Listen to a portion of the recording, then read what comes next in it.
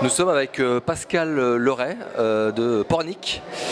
Pascal, c'est ta deuxième participation ici. L'an passé, tu fais 9e, donc là tu reviens cette année pour remettre le couvert. Oui, effectivement, cette année, je reviens pour améliorer ma place, aussi mon chrono, que l'année dernière était de 21h50 minutes, avec une 9e place. Donc cette année, je compte refaire mieux, avec une meilleure gestion au niveau des ravitaillements. Ouais. Alors effectivement, on te place dans les favoris, puisque l'an passé, tu avais perdu beaucoup d'heures, puisque tu t'étais perdu.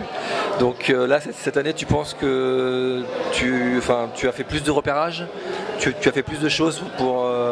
Oui, donc effectivement, cette année, j'ai pris une préparation un peu différente sur le site. Ici même, je suis arrivé déjà, là ça va faire une semaine et demie que je suis arrivé.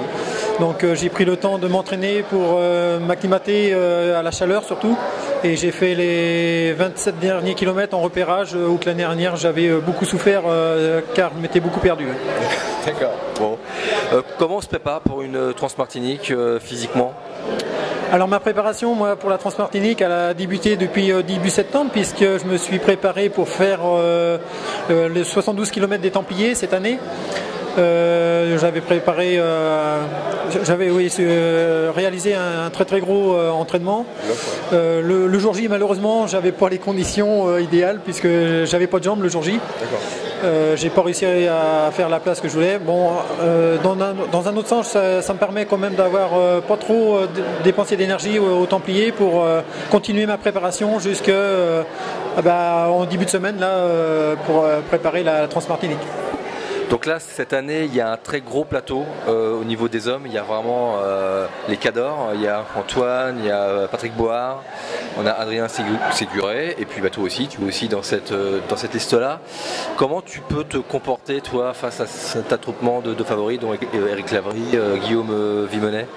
Eh bien, cette année, je ne vais pas faire la même bêtise que j'ai fait l'année dernière. Je vais essayer de partir derrière le groupe de tête. Et puis je vais les laisser partir monter la montagne pelée à leur allure. Moi je vais la monter à mon allure.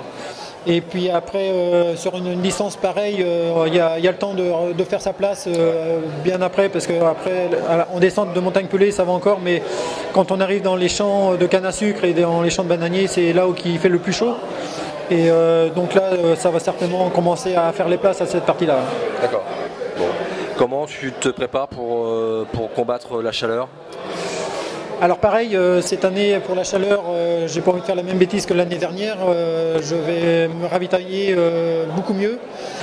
Bien sûr boire beaucoup d'eau, pas trop glacé, parce que l'année dernière j'avais bu de l'eau trop glacée qui m'a détruit l'estomac. Cette année je ne compte pas faire la même bêtise, et puis surtout manger davantage. Bêtise que j'avais faite l'année dernière aussi, car j'avais pensé à boire beaucoup mais pas assez manger, et je suis tombé en fringale au milieu de parcours. Bon.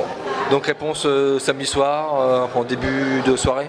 Oui, donc effectivement on verra si tout ce que j'ai cité me sera performant, et puis on verra samedi soir si j'ai réussi à gagner mes quelques minutes et voire quelques heures, et surtout essayer de gagner quelques places malgré qu'il y ait un très haut niveau cette année. Très bonne chance alors. Merci Christophe.